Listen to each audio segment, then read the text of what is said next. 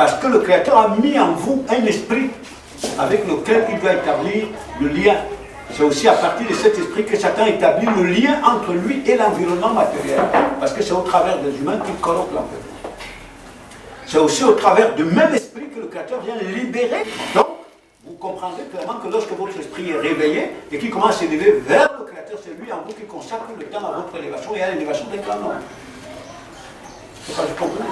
Donc, le temps ne devient plus un outil consacré pour l'argent, pour le commerce. Le temps n'est pas fait pour être échangé contre l'argent. Le temps est fait pour participer à élever les hommes à la gloire. Et lorsque vous n'avez non plus le temps, vous prenez, vous mettez dans cela, sur la liste, tous les autres éléments, les mots. Les mots, on les utilise pour faire quoi? Pour gagner l'argent. C'est-à-dire votre langage. Quand vous êtes en rapport avec un ou avec quelqu'un, vous utilisez le langage pour votre profit. Pour votre profit. Pour gagner l'argent. Que pour gagner l'argent. Je ne sais pas, vous comprenez? Non seulement vous vous abrutissez, mais vous abrutissez les autres. Donc ça, c'est Satan qui est derrière. Et vous pouvez prendre donc l'ensemble des composants de l'univers. Et ça part du fait que, quand vous lisez bien dans la Genèse 3, il est dit clairement que, d'ailleurs avant Genèse 3, vous lisez Genèse 1, qui vous montre la structure de notre univers. C'est-à-dire qu'on vous dit au commencement, Elohim créa le ciel et la terre. Et on vous parle du commencement, non pas de la création, mais le commencement de l'univers, le ciel et la terre. Parce qu'avant cela, il y a des créatures plus anciennes. Et donc, avant le commencement du ciel et de la terre, il y a déjà la chute des anges. C'est pas compris. Donc, il y a donc ces créatures spirituelles qui sont au-dessus de l'univers créé, avec tous ses composants. Donc, qui ont ascendance sur cet univers.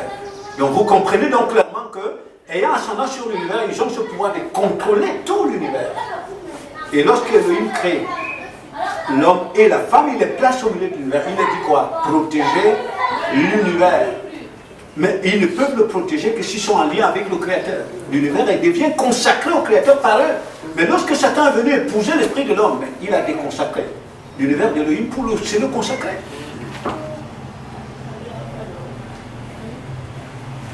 Vous comprenez? Donc, de la même manière que nous évoluons vers un Shabbat d'Elohim, où la création doit retourner à Elohim, nous sommes aussi en train d'évoluer vers un prétendu Shabbat de Satan, où l'environnement va être consacré à l'absolu à Satan, c'est-à-dire à travers un gouvernement de répression que vous direz que quiconque adore un autre que le Créateur doit être éternel. Donc vous allez vivre un Shabbat de 42 mois. J'ai dit un Shabbat imposteur. C'est vers cela que nous avançons, les amis. Donc pour dire donc que de la même manière que la création est consacrée à Satan par les humains connectés à lui, de la même manière la création retourne à Elohim par les hommes qui retournent au Créateur. Il n'y a pas d'autre solution. Donc la libération du temps, libération des mots, libération des composants de l'univers, c'est par le Créateur qui pénètre pour libérer. Le Messie n'est pas venu que libérer les hommes, mais libérer la création tout entière. Où les Écritures disent le Père Elohim était assis en lui, ramenant l'univers à lui. Donc les cieux, les créations, la structure de l'univers, c'est la propriété du Créateur, que nous le comprenions. C'est la propriété du Créateur. C'est lui qui en a fait sa propriété, c'est un voleur, c'est Satan. Et donc pendant que nous trafiquons les éléments de l'univers, nous disons que c'est notre propriété, nous sommes des voleurs. Nous participons au crime. Donc, en d'autres termes, c'est cela. Donc le peuple d'Elohim, ces esprits libres du gouvernement de Satan, parce qu'ils ont pénétré la lumière par l'union avec le Messie, c'est au travers de ce peuple qu'Elohim aide le monde à comprendre ses desseins. C'est pour ça que le Messie disait aux disciples, vous êtes la lumière du monde. Mais il dit, mais si la lumière, si vous êtes le sel de la terre, mais si le sel perd sa saveur, il n'est plus bon qu'à être jeté, être coulé au pied. Si votre intelligence devient ténèbre, ben, ce ne sont pas les ténèbres qui sont utiles au monde, c'est la lumière. Vous voyez, c'est cela. Donc, les fils du royaume Même quand vous passez, vous êtes à la suite du Messie, vous passez 3 jours sans manger, vous ne vous laissez pas convaincre par le menteur que vous êtes pauvre. Vous savez que la richesse c'est le Messie. C'est pour cela que l'apôtre Paul le dit dans Romains 8. Il dit, qu'est-ce qui m'éloignerait du mariage avec le Messie? Est-ce la pauvreté, c'est-à-dire le manque? On est là dans les terres occidentaux. Est-ce la nudité? Non. Ni la mort, ni la vie. Le véritable fils du Messie s'identifie au Messie. Le véritable disciple du Messie, c'est cela. Quand on vous voit là, ce qui fait qu'on demeure au stade humain, on a peur d'entrer dans la vie, c'est parce que nous croyons au mensonge. On croit au mensonge. Et non à la vie. Donc c'est Elohim, pour revenir à ta question, qui libère. C'est lui le libérateur. Mais nous sommes liés avec Elohim. Donc le Messie dit bien, le Père ne fait rien sans le Fils. Mais qui est le Fils? C'est la parole. N'est-ce pas? C'est par la parole que le Père libère. Mais pour que vous coopérez avec le libérateur qui est Elohim au travers de la parole, il faut que vous deveniez la parole, que vous alliez épouser l'identité du Messie. Vous devenez donc ouvrier avec le libérateur au travers du Messie. C'est par un Saint-Esprit qui libère. Je voudrais revenir un peu dans le sujet de la prière. Oui. Du moment où nos aspirations, puisque nous sommes dans la sphère du monde, nos aspirations sont tirées d'un moment, et que nos prières que nous pouvons élever ne sont qu'aspirées. Nous sommes inspirés que de la sphère qui nous entoure. Qu'est-ce qu'il y a lieu de faire? Ben, ce qu'il y a lieu de faire, je crois que ce matin, il y a quelqu'un qui a posé cette question, c'est-à-dire que le but de la parole, justement, c'est de nous donner de l'intelligence, c'est-à-dire les instructions que nous recevons ont pour but de nous amener à la prise du conscience, que nous prions conscients de notre état. Vous voyez très bien. C'est ça le but de la parole. Parce que la parole que vous recevez, elle vous communique, puisque la parole du Créateur, elle vous communique ses vertus de son identité, notamment l'intelligence, le discernement. Parce qu'à un moment donné, quand on est sans discernement, on ne sait pas dans quelle situation on est enfoncé. Mais la parole vient vous réveiller l'esprit. Mais si on demeure au même niveau, ça veut simplement dire que nous ne voulons pas prendre l'orientation que la parole nous donne. Parce que nous trouvons que ça nous fait perdre ce que nous appelons le cœur. Vous voyez? C'est là, c'est ce qui fait qu'on demeure au même niveau. Oui, bien sûr. C'est cela. Donc le but de la parole, c'est de nous réveiller l'esprit. Je le disais encore hier, le Messie est soit la parole faite chair. Le seul qui naît directement du Créateur. On dit le Fils premier-né. Tous les autres sont des fils adoptifs. Donc ça veut dire que c'est par la parole que nous naissons du Créateur. Vous voyez?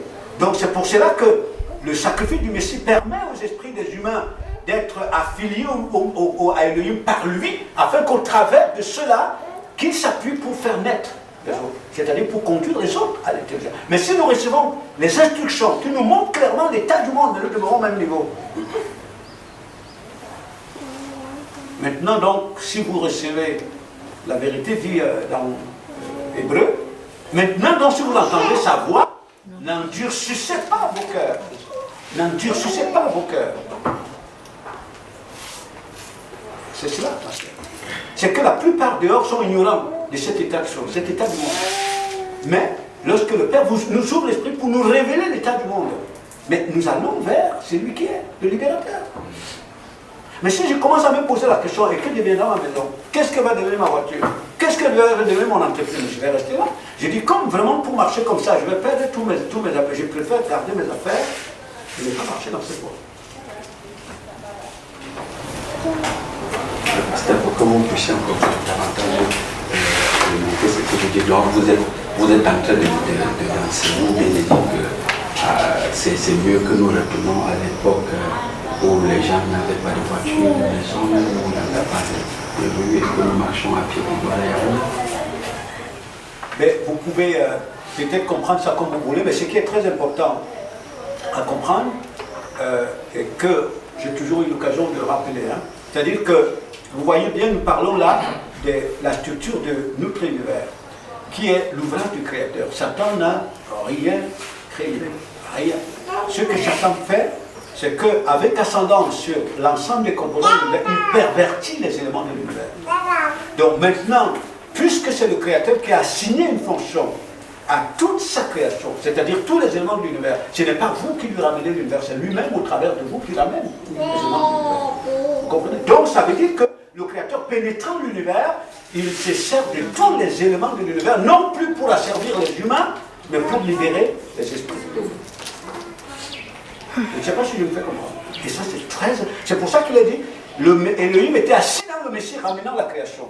D'ailleurs, quand vous voyez bien, pour ceux qui ont un discernement, qui comprennent comment l'univers fonctionne, l'univers est monté par une énergie qui a pour objectif enfermer les esprits dans l'espace, c'est-à-dire dans le culte de la créature.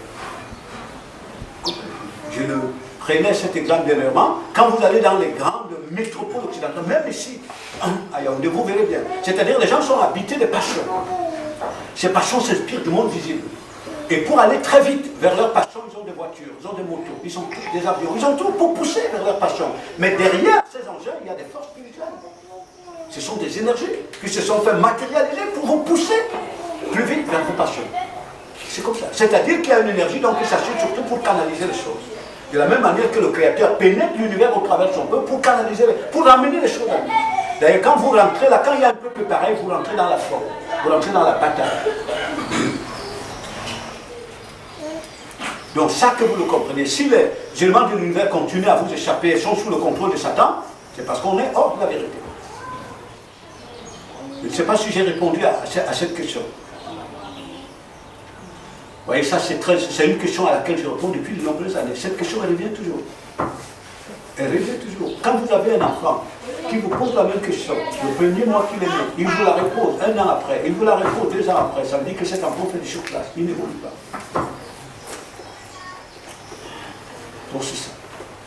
Et au final, vous avez des individus qui sont des engins robotiques, c'est-à-dire connectés à l'énergie cosmique, qui sont téléguidés à distance, dans leurs désirs, dans leurs préoccupations, dans leurs passions, dans leurs envies, téléguidés à distance.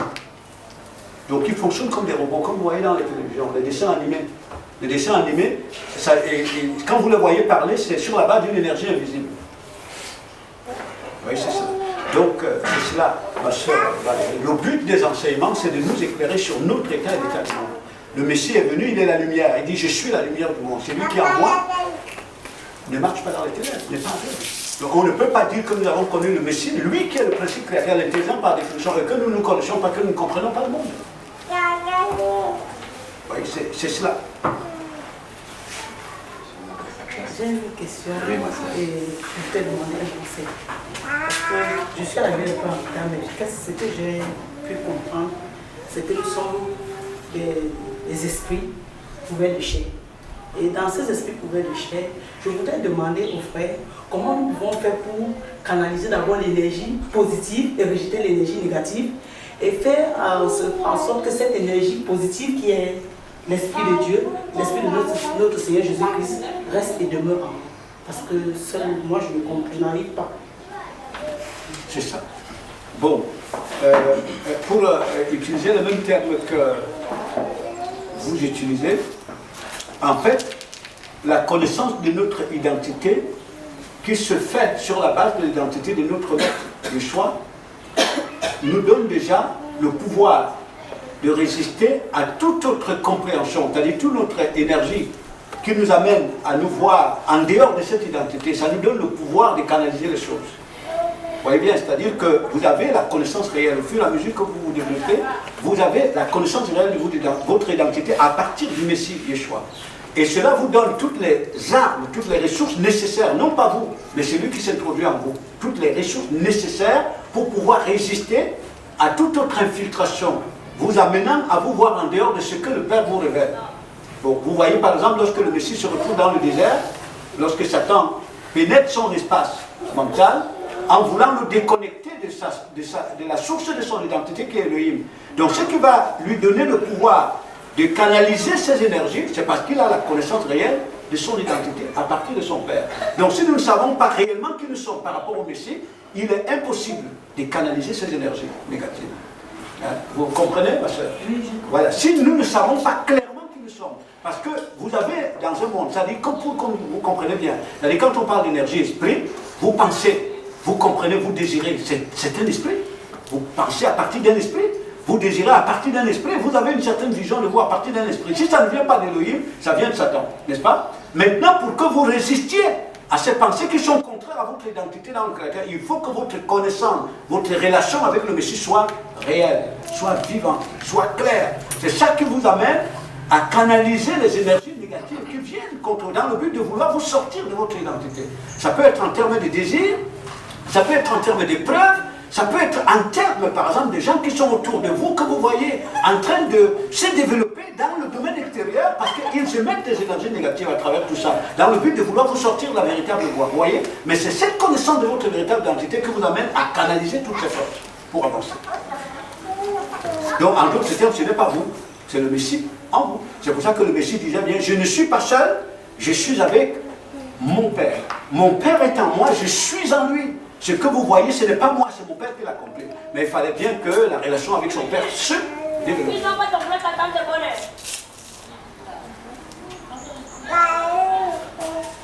Vous voyez, donc c'est cela. La convoitise que vous avez, les envies que vous avez, ce sont des énergies négatives, ça part de quelque part.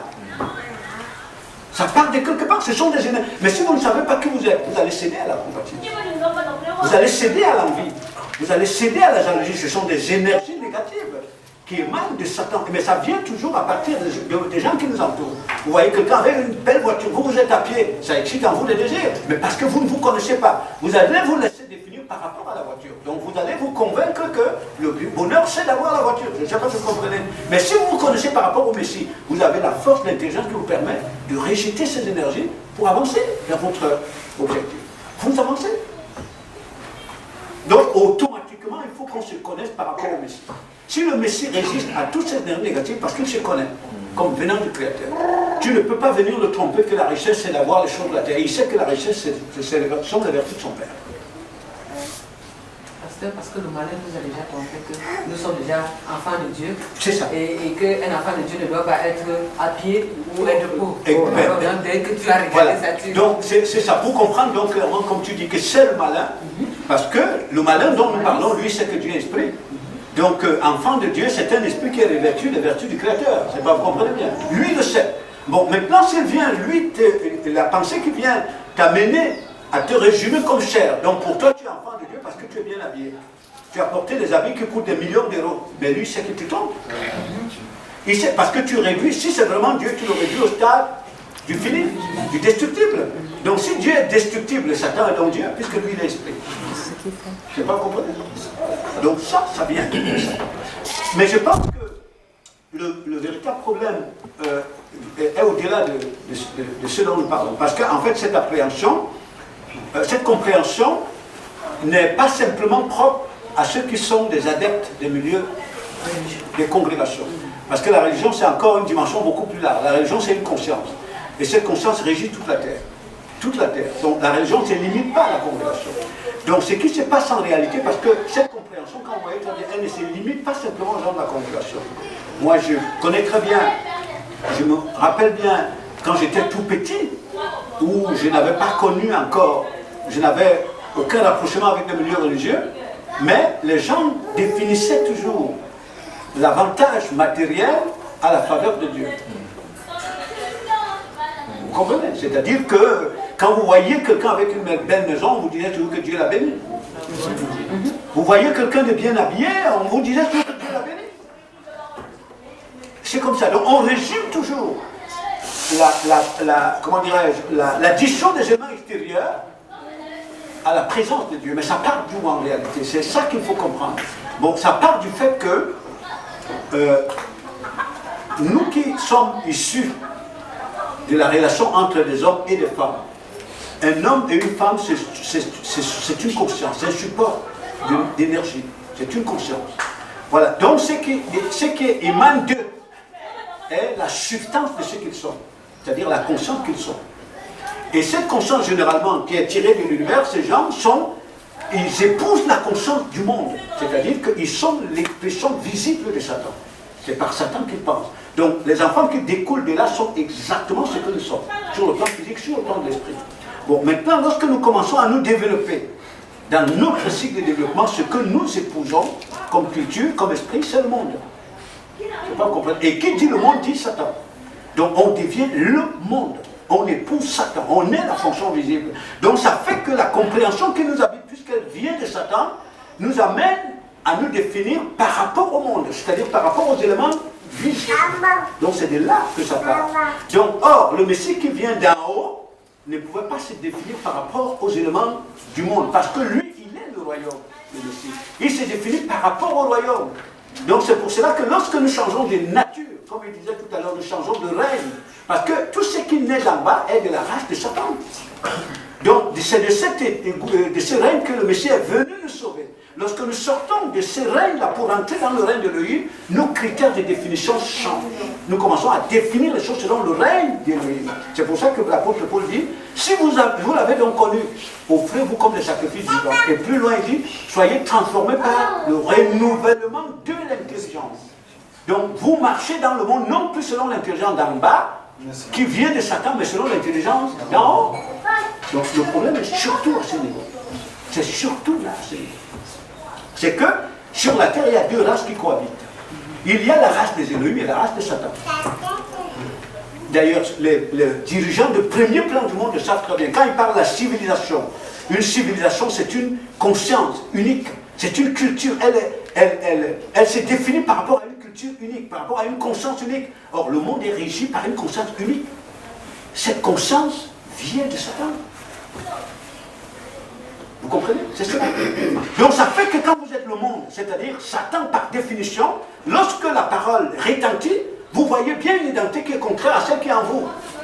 Mais ce que la parole devient, c'est... La parole pour vous devient un sujet de... Comment dirais-je? La parole, vous trouvez dans la parole une source d'insécurité. Parce que vous ne vous reconnaissez pas dans le Messie. C'est là le véritable problème.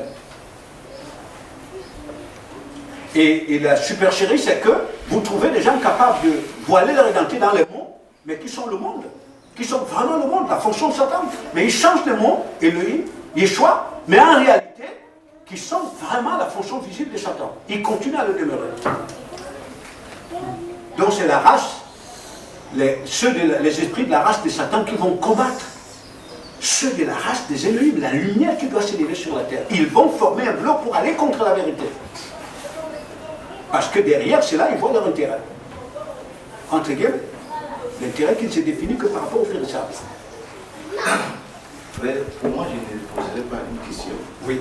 Mais par rapport au développement, c'est la prière que vous avez partagée avec nous tout à l'heure, je dirais que si nous allions bien écouter, ça veut dire que nous allions distinguer nos désirs actuellement où nous sommes par rapport à la prière.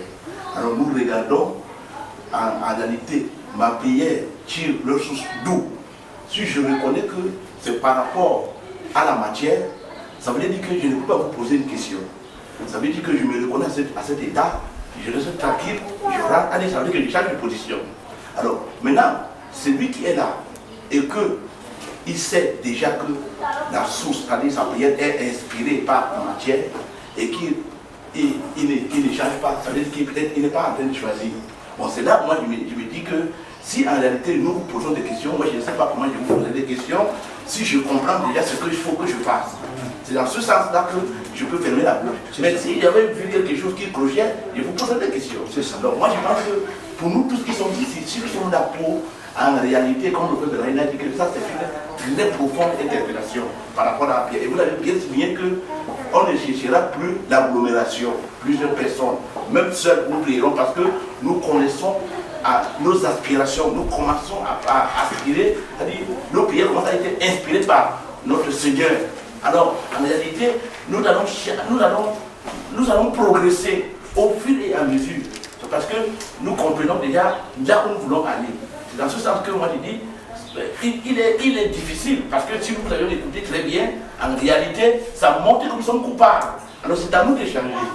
Vous avez lancé le ballon de l'autre côté. Bon, les questions qui vont se jeter ici, ça serait peut-être des questions, des questions des pharisiens, peut-être. C'est dans ce sens, parce que la chose est trop claire pour moi. Dans ce sens que je voulais justifier. Parce que j'ai compris, vous avez dit là que Yeshua lui-même il était entouré peut-être même de ses cousins, ainsi de suite. Peut-être qu'il s'était élevé au niveau de la matière. Il pouvait aussi avoir cet attaque, mais il a résisté parce qu'il voyait, il était venu de son père et il avait vu que en réalité la force vient du père. Alors il voulait, c'est ce qu'il désirait. C'est pour ça que tout ce qui s'est passé à côté de lui, qu'il pouvait, ça veut dire en un seul mot qu'il était dans la même condition que nous. C'est ça. Tout à fait. Et vous savez que l'une des attaques que les aveugles qui entouraient le Messie dressaient contre lui, il n'a pas fait d'école. Mais il se serait dit, mais comme je suis doué en tant qu'esprit qui vient d'en haut, je vais aller chercher un doctorat, comme ça je leur montrerai que, vous comprenez. Mais le Messie savait qu'ils s'inspiraient, ils étaient les supports de Satan. Il n'avait rien à démontrer à qui que ce soit. Son objectif était que le Père devienne manifeste.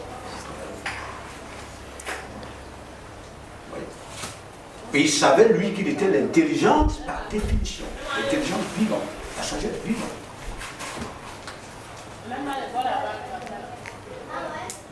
Et c'est l'une des choses profondes vraiment qui est très importante dans ce que le frère Lazare dit. C'est la fin de ce qu'il disait. Parce que justement, à partir du moment où on comprend que Yeshua était comme nous, frère Lazare, il cesse d'être donc un personnage historique qu'on raconte. Il devient donc, parce que quand quelqu'un veut s'identifier à une personne de sa famille, n'est-ce pas?